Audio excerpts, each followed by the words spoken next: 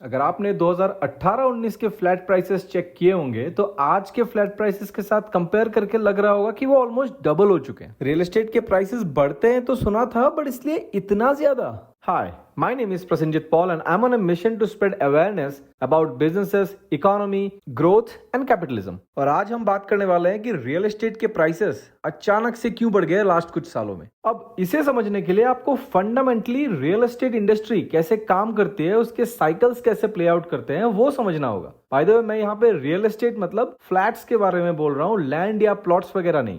तो real estate या flats का बिजनेस हमेशा बैचेस में होता है। आप एक फ्लैट खरीदते हो 1 करोड़ या 2 करोड़ देके, लेकिन जब बिल्डर वो पूरा कॉम्प्लेक्स बनाता है तो उसको शायद 1000-2000 करोड़ की जरूरत पड़ती है। तो डेफिनेटली कुछ लोगों का डिमांड सर्व करने के लिए वो बिल्डिंग बनाना स्टार्ट नहीं करेगा, क्योंकि उससे इन्वेंट्री पाइल अप हो जाती है और उतना प्रॉफिट नहीं हो सकता, क्योंकि सारा सामान बिकेगा ही नहीं सही से, मतलब सही प्राइस में नहीं बिकेगा। एक बार मार्केट में डिमांड पाइल अप होता है तो उसके बाद वो इन्वेंट्री ज्यादा बनाना स्टार्ट करता है, which eventually leads to oversupply. लेकिन गांव के केस में ऐसा नहीं होता। उधर चीजें बहुत हद तक लीनियर होती है, नॉट एग्जैक्टली लीनियर, क्योंकि दुनिया में सब कुछ ही सिक्लिकल होता है इन अ वे, बट गांव में ऑलमोस्ट हर किसी के पास अपनी जमीन होती है जिसपे वो चाहे तो कभी भी अपना घर बना सकता है। नाउ लेट मी एक्सप्लेन कि लास्ट 2 डेकेड में हुआ क्या है। 2007 से लेके 2013 तक अगर आप देखते हो तो प्रॉपर्टी प्राइसेस में सिग्निफिकेंट जंप हुआ था। और ऐसा क्यों हुआ था? क्योंकि during that time affordability was high, मतलब फ्लैट्स के प्राइसेस या प्रॉपर्टी के प्राइसेस लोगों के इनकम के हिसाब से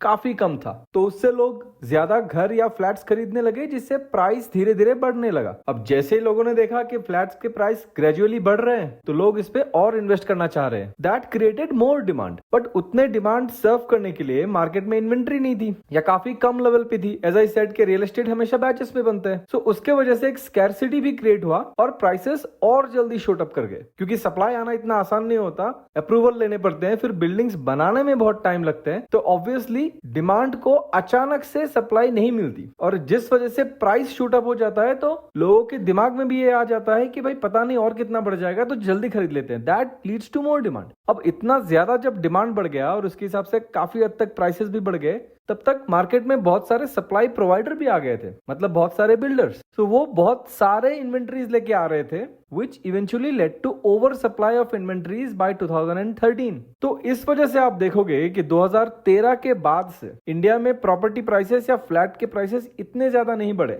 मैं सिलेक्टिव प्लेसेस की बात नहीं कर रहा हूं, आप शायद कुछ प्लेसेस में देखोगे तो आपको दिखेगा कि प्राइसेस बढ़ गए हैं, बट ओवरऑल अगर आप पूरे कंट्री के सिटीज के एग्जांपल लेते हो और वहां के प्राइसेस चेक करते हो, तो 2013 से लेके 2018-19 तक सिर्फ 5 या मैक्सिमम 7% के CAGR से ही प्रॉपर्टी प्राइसेस ग्रो किए हैं, which is below our inflation levels. लेकिन 2018-19 आते आते लोगों के इनकम ग्रेजुअली काफी बढ़ गए थे, जिसके वजह से अफोर्डेबिलिटी फिर से नॉर्मलाइज हो गई, मतलब EMI टू इनकम रेशियो फिर से फॉल करने लग गया। इसका मतलब क्या कि धीरे धीरे डिमांड बढ़ने लगी, लोग फील कर रहे थे कि वो और खरीद सकते हैं, लेकिन सप्लाई अचानक से नहीं आई, which is very normal to the real estate industry. तो अफोर्डेबिलिटी बेटर हुआ, मार्केट में इन्वेंट्रीज का ओवर सप्लाई नहीं था, तो रियल एस्टेट प्लेयर्स 2018 से ही बात कर रहे थे रिवाइवल का। बाय द वे, इसमें डीमोनेटाइजेशन और रेरा का भी बहुत बड़ा हाथ है, क्योंकि डीमोनेटाइजेशन के बाद रियल एस्टेट से ब्लैक मनी कुछ हद तक तो कम जरूर हुआ है, और रेरा आने के बाद अनऑर्गेनाइज्ड प्लेयर्स के लिए या फिर अनऑर्गेनाइज्ड बिल्डर्स के लिए बिल्डिंग बनाना काफी मुश्किल हो गया। सो इंडस्ट्री कंसोलिडेटेड हो गई, जिसकी वजह से जो लिस्टेड प्लेयर्स है या फिर बड़े ऑर्गेनाइज्ड प्लेयर्स हैं, ऑर्गेनाइज्ड बिल्डर्स हैं, उनको वो टेलविंड दिखने लगी और वो 2018 से ही ये बात कर रहे थे कि